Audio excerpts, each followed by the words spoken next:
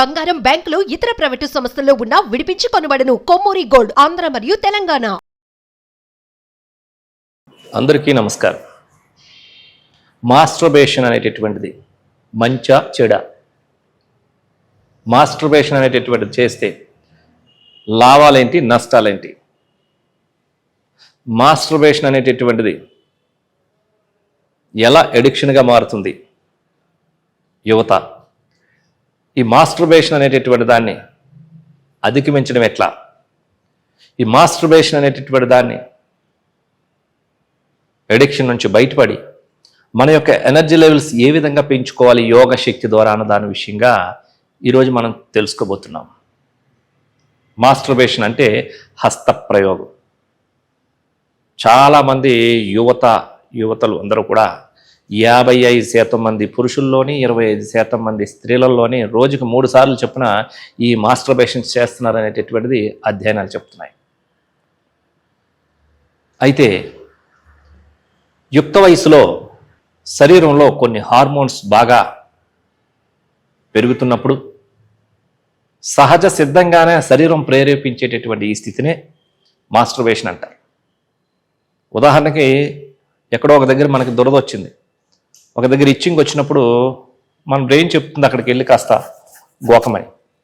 అక్కడ గోకినప్పుడు చాలా హాయిగా ఉంటుంది, చాలా హాయిగా ఉంటుంది కదా. అదే పనిగా గోకుతూ ఉన్నాడు అనుకోండి, రక్తం వస్తుంది. కాబట్టి యువతలందరూ కూడా ఈ మాస్టర్బేషన్కి ఈ మధ్య చాలా కాలంగా అలవాటు పడిపోతూ ఉన్నారు. చాలామంది ఏదైనా అతిగా చేస్తే చాలా హార్మ్ఫుల్గా ఉంటుంది, చాలా హాని కలగజేస్తూ ఉంటుంది. యుక్త వయసులో ఆ టీనేజర్స్లో ఆ టెస్టోస్టెరాన్ హార్మోన్స్ రిలీజ్ అయినప్పుడు ఆ యొక్క రీప్రొడక్టివ్ ఆర్గాన్స్ అన్నీ కూడా ప్రేరితమై సహజ సిద్ధంగానే ఆ స్పర్శ జరిగినప్పుడు ఒక రకమైన అనుభూతిని అనుభవిస్తాడు, ఒక రకమైనటువంటి స్ట్రెస్ రిలీఫ్ అనేటటువంటిది వస్తూ ఉంటుంది. కానీ అది క్షణికమైనటువంటిది మాత్రమే. అది బాగుంది కదా అని ఎక్కువగా చేస్తే రీప్రొడక్టివ్ ఆర్గాన్ పైన, పురుషాంగం పైన, అదేవిధంగా నర్వస్ సిస్టమ్ పైన, మైండ్ పైన, బాడీ పైన, ఎనర్జీ లెవెల్స్ పైన చాలా తీవ్రమైనటువంటి ప్రభావాన్ని కలగజేస్తూ ఉంటుంది. ఒక మోతాదులో చేస్తే ఏదైనా సరే బాగానే ఉంటుంది. ఒక విధంగా చెప్పాలంటే ఆ సెక్సువల్ అర్జెస్ అవన్నీ కూడా రిమూవ్ చేయడానికి, లైక్ సెక్సువల్ ఇంటెన్షన్స్ రిలీజ్ చేయడానికి, ఆ యొక్క స్ట్రెస్ నుంచి డైవర్షన్ కావడానికి అడపాదడప ఎప్పుడైనా సరే ఒక విధంగా ఈ యొక్క రిలీజ్కి చాలా బాగా ఉపయోగపడుతుంది. ఆ విషయానికి వస్తే ఈ సాధు సన్యాసులు కూడా ఈ యొక్క ప్రయోగాన్ని వన్స్ ఇన్ ఇయర్ నిర్వహించేటటువంటి వారు. అంటే బాడీలో ఆ హార్మోన్స్ రిలీజ్ అయినప్పుడు ఆ ఎనర్జీ లెవెల్స్ని రిలీజ్ చేసేసేసి మళ్ళీ వాళ్ళ యొక్క శక్తిని, కాన్సన్ట్రేషన్ పెంచుకోవడం కోసం ధ్యానం పైన, యోగాభ్యాసం పైన వారు దృష్టి సారించేటటువంటి వారు. కానీ ప్రస్తుత కాలంలో మరి యువత ఎందుకు ఈ యొక్క మాస్టర్బేషన్కి ఎడిక్ట్ అవుతున్నారు? బాగుంది కదా అని చెప్పేసేసి అదే పనిగా రోజుకి 4 సార్లు, 5 సార్లు, 10 సార్లు చేస్తూ పోతూ ఉంటే ఒక ఎడిక్షన్గా మారిపోతుంది. మీ సబ్కాన్షియస్ మైండ్లో అదొక ఎడిక్షన్ ఫోల్డర్ క్రియేట్ అవుతూ ఉంటుంది. ఇంకా అదే ఆలోచన, అదే పని, అదే ఊహలు, అదే రకమైన చర్య. వేరే దాని మీద మనస్సు కేంద్రీకరించేలా చేయలేరు, వేరే పని చేయడానికి మనస్సు పోదు. ఇది ఎడిక్షన్గా మారిపోయి ఎక్కువగా చేస్తే మీలో మతిమరుపు అనేటటువంటిది సంభవిస్తుంది. చంచల స్వభావం, నీరసం, నిస్సత్తువ, నిస్పృహ, ఏ పని చేయాలనిపించకపోవడం, జుత్తు రాలిపోవడం, బాడీ వీక్ అయిపోవడం, ముసలతనం తొందరగా రావడం, నరాల శక్తిని కోల్పోవడం అనేటటువంటి జరుగుతూ ఉంటుంది. ఒక డ్రాప్ సెమన్ అనేటటువంటిది 40 డ్రాప్స్ బోన్ మేరాతో కన్నా కూడా ఎక్కువైనటువంటిదంట. 1 డ్రాప్ సెమన్ అనేటటువంటిది ఒక 60 డ్రాపుల బ్లడ్ కన్నా కూడా శక్తివంతమైనటువంటిదంట.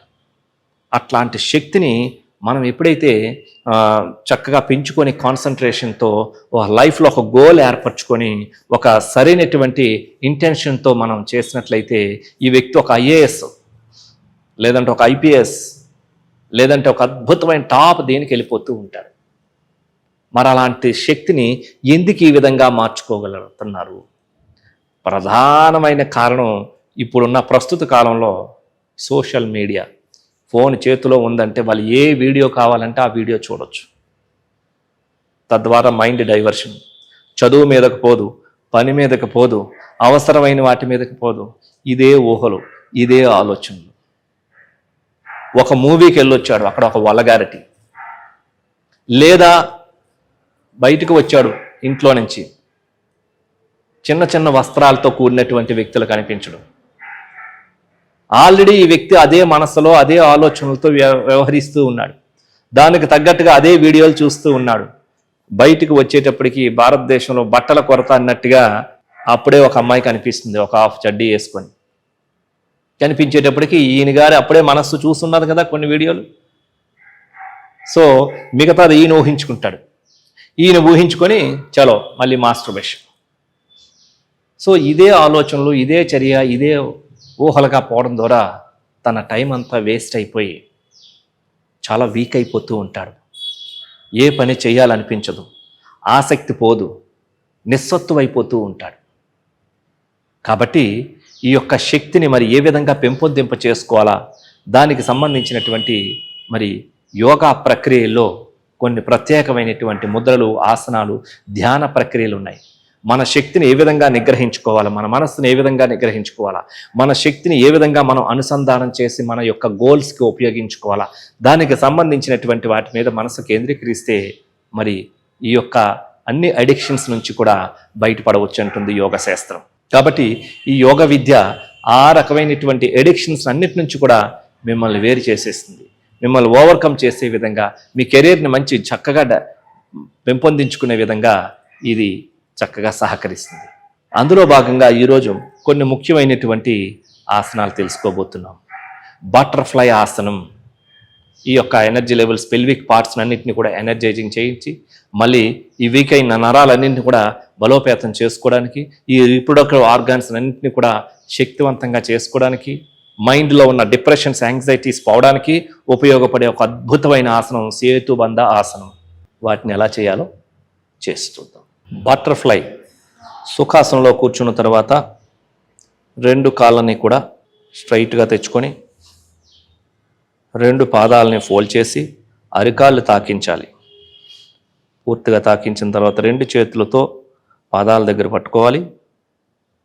ఈ స్థితిలో చీతాకోక చిలుక రెక్కల మాదిరిగా మోకాళ్ళను పైకి కిందికి, పైకి కిందికి ఈ విధంగా పైకి లిఫ్ట్ చేస్తూ కిందకు డౌన్ చేస్తూ ఈ విధంగా చేసినట్లయితే మీరు పెల్విక్ పార్ట్స్కి, అదే కదా రీప్రొడక్టివ్ ఆర్గాన్స్ని, ఆ నర్వస్ సిస్టమ్ని ఎనర్జైజింగ్ చేయడానికి ఈ యొక్క బటర్ఫ్లై ఆసనం బాగా ఉపయోగపడుతూ ఉంటుంది. తర్వాత సేతుబంధ ఆసనం. సుఖాసనం నుంచి శవాసనానికి వచ్చి శవాసనంలో కాళ్ళు 2 ఫోల్డ్ చేయండి.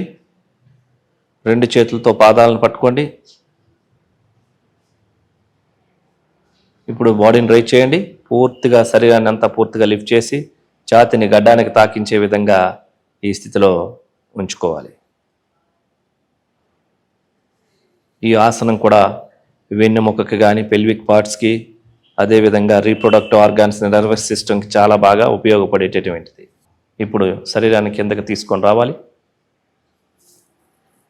చూసారు కదా ఈ బటర్ఫ్లై, అదేవిధంగా సేతుబంధాసనం, వీటితో పాటుగా ఇంకా కొన్ని భుజంగాసనం, ధనురాసనం, అలాగే కొన్ని ప్రాణాయామాలు, ప్రాణముద్ర, నాడి శుద్ధి ప్రాణాయామ, ఇవన్నీ కూడా చేయడం ద్వారా ఏమవుతుందంటే మైండ్ కంట్రోల్లో ఉంటుంది.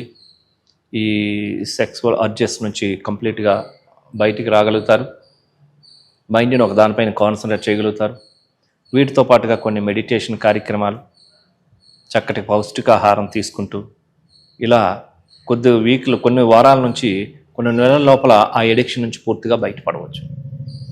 వీటితో పాటుగా మైండ్ని కాస్త డైవర్ట్ చేసుకోవడం, అంటే ఏదైనా కొన్ని గేమ్స్ పైన మైండ్ కాన్సన్ట్రేట్ చేయడం, అదేవిధంగా సింగింగ్ పైన కావచ్చు, లేకపోతే డ్రాయింగ్ పైన కావచ్చు, జాగింగ్ పైన, అదేవిధంగా కొన్ని ఏవైనా మైండ్ని డైవర్ట్ చేసుకుంటూ మంచి బుక్స్ చదవడం, అలాగే మంచి విజన్ ఏర్పరచుకోవడం, కెరీర్కి సంబంధించిన మంచి గోల్ ఏర్పరచుకున్నాయి. ఆ ఎనర్జీని ఇటువైపు డైవర్ట్ చేసుకున్నట్లయితే మీరు ఏది అనుకుంటే దాన్ని సాధించవచ్చు. కాబట్టి ఈ మాస్టర్బేషన్ అనేటటువంటిది ఆ ఉద్వేగపూరితమైన కామోద్రేకం నుంచి మిమ్మల్ని తగ్గించడానికి బాగానే ఉపయోగపడుతుంది. ఇంకొకరు చాలామందికి ఉన్న డౌట్ ఏంటంటే, ఈ మాస్టర్బేషన్ చేస్తే సెక్సువల్ పవర్ తగ్గిపోతుందా? అట్లా ఏమి తగ్గేది ఉండదు, ఎప్పటికీ కూడా ఉండదు. కాకపోతే nervous system, brain, body, life, career దెబ్బతినిపోతూ ఉంటుంది.